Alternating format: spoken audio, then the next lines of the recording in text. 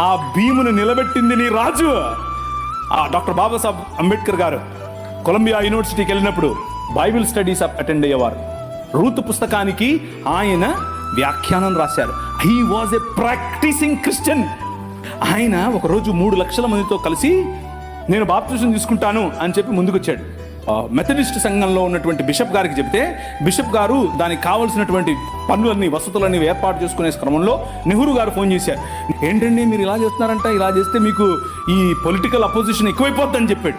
చెప్పైతే మనోళ్ళు మాకొద్దండి, మీరు political conversion అంట మాకొద్దు అని చెప్పి నెహ్రూ గారి ఒత్తిడికి లొంగారు. ఒక పక్క ఇంకొక ఆయన ఏమో గోసి కట్టుకుని నిరాహార దీక్షకి వెళ్ళాడు. ఏమని, నువ్వు వెళ్తే ఏదే మతానికైనా వెళ్ళు కానీ క్రైస్తవానికి వెళ్ళొద్దని. ఆయన నన్ను అత్తే నాకేంటి, నేను యేసు ప్రభువుని అనుసరిస్తా అని చెప్పాడు. ఎవరు?